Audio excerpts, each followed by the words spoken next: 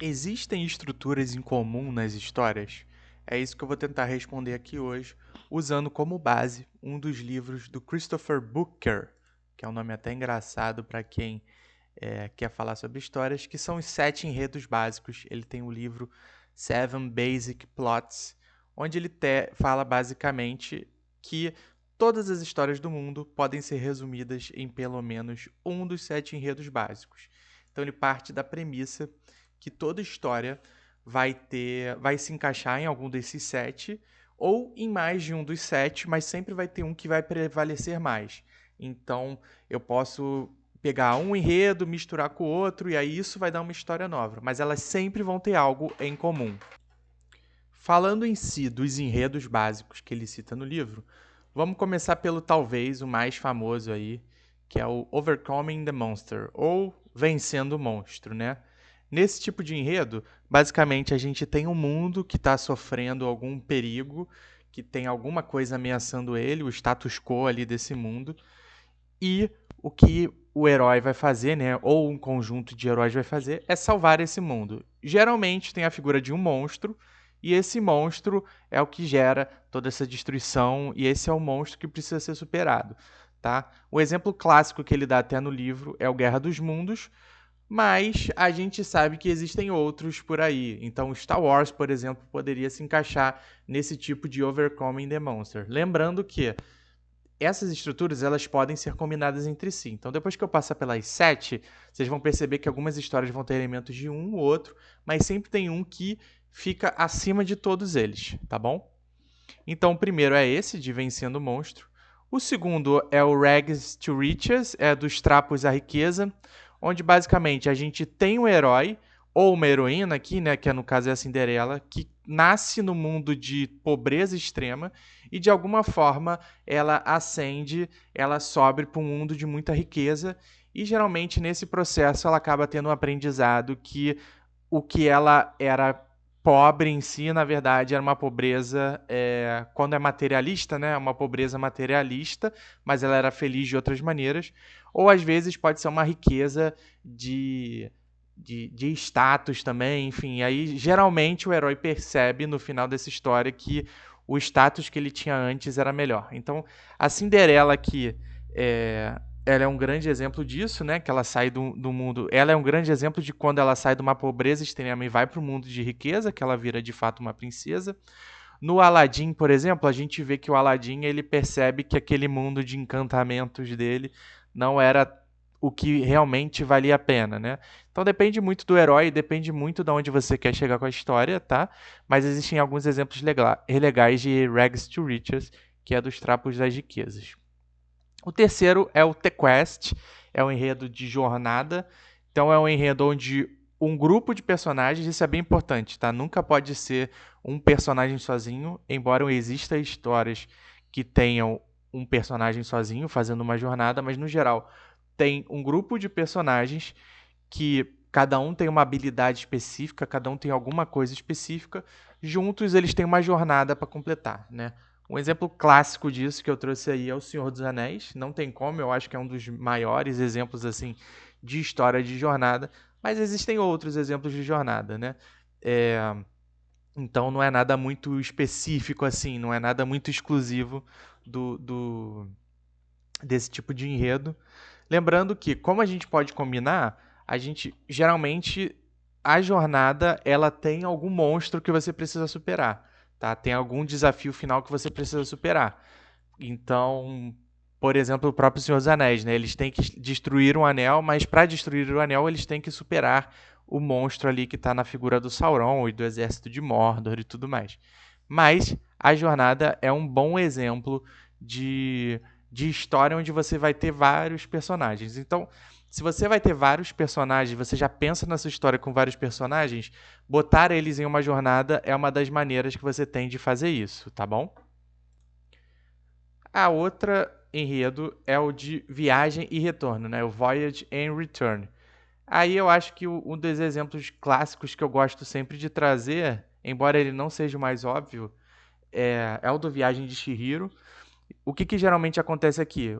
O personagem vai, ele tá no mundo dele e ele vai até um outro mundo. ele aprende ou ganha alguma coisa, ou rouba, ou enfim, ele fica com alguma coisa, com algum aprendizado, e aí ele volta para o mundo dele mudado. Isso é muito importante. Ele sempre tem que voltar para o mundo dele mudado, tá? Então ele viaja para uma outra dimensão e volta para o mundo dele mudado. Um exemplo clássico é o Viagem de Chihiro, é o que eu mais gosto, é um dos meus filmes favoritos. Eu acho que ele demonstra isso muito bem, né?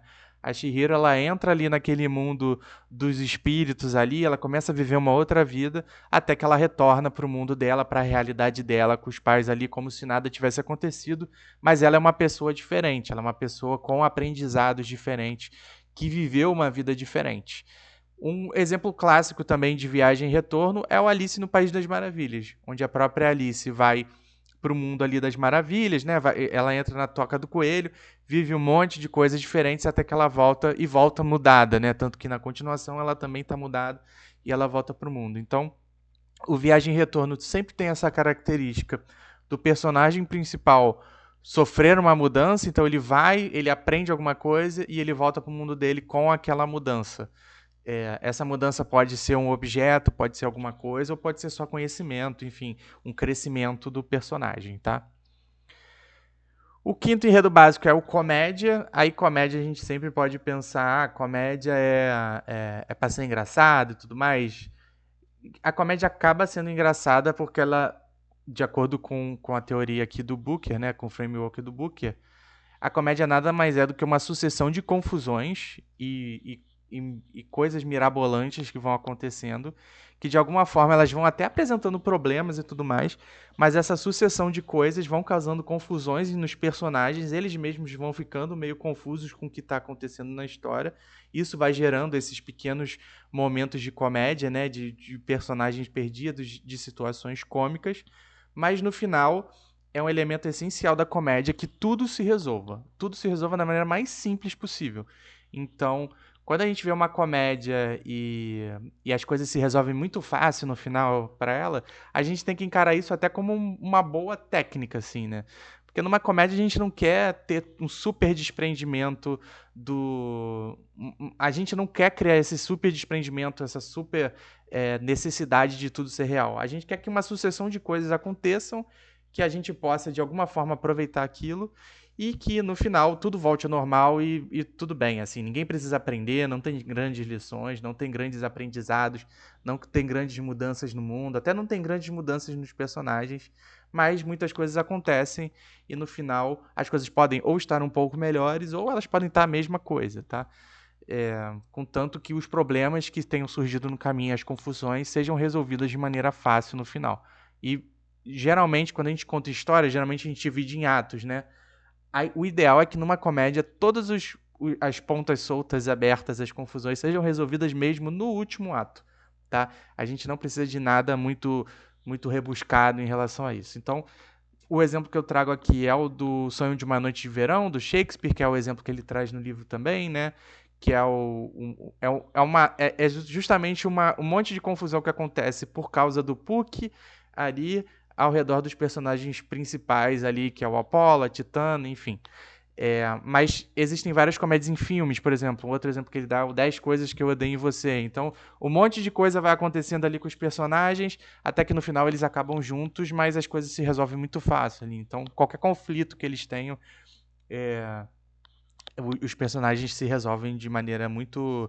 Não existe nada. Pode ter Deus Ex Machina, pode ter tudo. O que é importante é tudo terminar bem. Tá? Tudo tem que terminar ok. O sexto é a tragédia, né? O tragedy, as tragédias. Como exemplo, tem aí o Édipo Rei. O enredo da tragédia, ele é um enredo clássico. A definição de tragédia já é uma definição que vem desde lá do Aristóteles na arte poética, onde ele já falava que a tragédia é o ápice da arte, né? É o ápice de quando um contador de histórias conta uma história. O Édipo Rei para ele era a melhor peça do mundo, né? Justamente por isso, porque no geral é quando o protagonista ele sofre por causa das escolhas dele, por causa das escolhas do destino também, ele sofre um conjunto de coisas que levam ele pro pior dos momentos possíveis.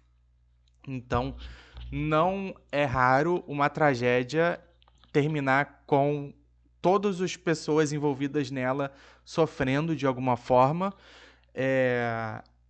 e inclusive pensando numa lógica de não necessariamente morrer, mas sofrer mesmo. Então, o Édipo, ele descobre que ele está casado com a própria mãe, que ele teve filhos com a própria mãe ali, ele fura os próprios olhos e vai viver sozinho aí no mundo, né?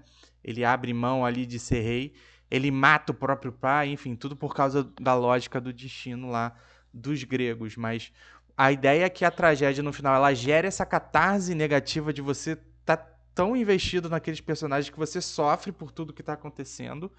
No final, a ideia é o protagonista ter sofrido. Então, não existe final feliz em tragédia. Não existe final que as coisas dão certo. É para tudo dar realmente errado. É um lado que desperta nas pessoas uma catarse, né, negativa ali, um sentimento negativo mesmo. É para a pessoa terminar de ler seu livro, ver seu filme, qualquer mídia que você esteja fazendo, de uma maneira bem triste, tá? Eu adoro o Édipo Rei. Acho que existem N exemplos de tragédias aí. Geralmente, comédia e tragédia, né? Eles são dois tipos de enredos que você vai estar sempre mesclando com outros enredos, né? Eles são os mais abertos, assim. Mas, no geral, a tragédia, quando o autor decide ir pro caminho da tragédia, ele tem que ter em mente que aquilo é para ser um rompimento, aquilo é para ser realmente uma ruptura com as coisas boas. Aquilo ali é para realmente desencadear um monte de coisa ruim que vai até o final, tá? E por último, o último enredo é o de renascimento, né, de rebirth. Geralmente é quando a gente tem um personagem que ele é um personagem, não vou falar ruim, mas é um personagem com defeitos, e ele de alguma forma ele passa por uma grande transformação que ele praticamente vira um outro personagem, tá? Então o Grinch para mim é o melhor exemplo disso. Eu acho que não tem personagem que tenha um renascimento tão grande quanto o Grinch, porque ele começa a história odiando o Natal, ele começa a história odiando lá a Vila dos Ken, ele faz de tudo para acabar com o Natal há vários e vários séculos. É... Eu tô falando de séculos, mas não sei, pode ser décadas, pode ser anos só, mas ele já faz há muito tempo, tenta estragar o Natal. E no final do livro, aí pode ser do livro, do filme, enfim, Grinch tem várias interpretações aí, né? Vários remakes, mas no final ele acaba sendo um personagem que gosta do Natal, que está investido no Natal, que passa a comemorar o Natal, que passa a ser o Papai Noel ali na Vila dos Ken, né? Então ele passa de um personagem totalmente odioso que você odeia para um personagem que você ama, um personagem que ele passa por esse renascimento. Então não é uma transformação, por exemplo, igual do... Não é uma transformação tipo jornada do herói, sabe? Não é que o personagem virou um herói de uma hora para outra, mas ele passa por uma transformação muito grande dentro da vida dele, que ele começa a enxergar o mundo de outra maneira, realmente. Então por isso que é renascimento, né? Ele não tá só... Ele não só teve um aprendizado, por exemplo, né? Que nem a gente teve, por exemplo, que nem a gente pode ter em outros enredos. Não é só um aprendizado, tá? Não é um viagem e retorno que ele vai e volta. Não, ele realmente renasce, ele vira um outro personagem com outras características nisso tudo, tá? Então, um exemplo é o Grinch, que eu gosto muito, tem o Scrooge, né? O fantasma do passado lá, né? Que ele dorme, ele vê o fantasma do passado, presente, futuro, enfim. Tem vários estilos aí de renascimento. A ideia é justamente essa, que o personagem, de alguma forma, ele se converta num personagem novo, tá? Esses são os 7 enredos. Eu acho que minha ideia é para o futuro fazer um específico para cada um, quebrando nos elementos de cada um. Esse material aqui de hoje é muito mais para trazer realmente uma visão geral mesmo dos 7 enredos e para abrir um pouco a cabeça de vocês. Lembrando que o trabalho do contador de histórias se utilizar desses enredos e construir uma base ao redor deles, né? Esses frameworks eles existem porque eles funcionam. Então é nosso trabalho como alguém que está contando histórias, independente do nível. Pode ser de alguém que está escrevendo um livro até alguém que está usando no marketing. Esses frameworks existem porque eles funcionam. Então a gente tem que estar sempre usando eles, tá? Essa é a minha visão que eu tenho dos 7 enredos básicos. Sempre quando eu vou começar um material novo, eu tento me basear ali, pelo menos para dar aquele start inicial. Eu acho que ajuda muito ter esse norte criativo e eu acho que a melhor forma que a gente tem de escrever uma história é se baseando nesses frameworks e até tentando entender, dentro deles, qual seria uma forma de eu contar uma nova história de tragédia, por exemplo? Eu consigo pegar os elementos de uma tragédia clássica e contar uma história nova?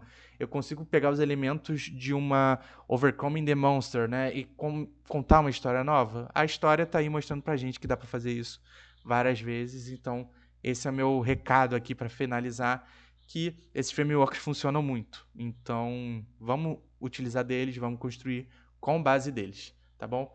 Se vocês gostaram, curtam aqui esse pode ser podcast, esse sai em formato de vídeo, sai em formato de texto, sai em formato de no YouTube. Então curtem, comentem. Eu pretendo no futuro ter mais visões ali individuais de cada um, mas por enquanto fica essa visão geral, tá bom, pessoal? Então é isso, um forte abraço e até a próxima.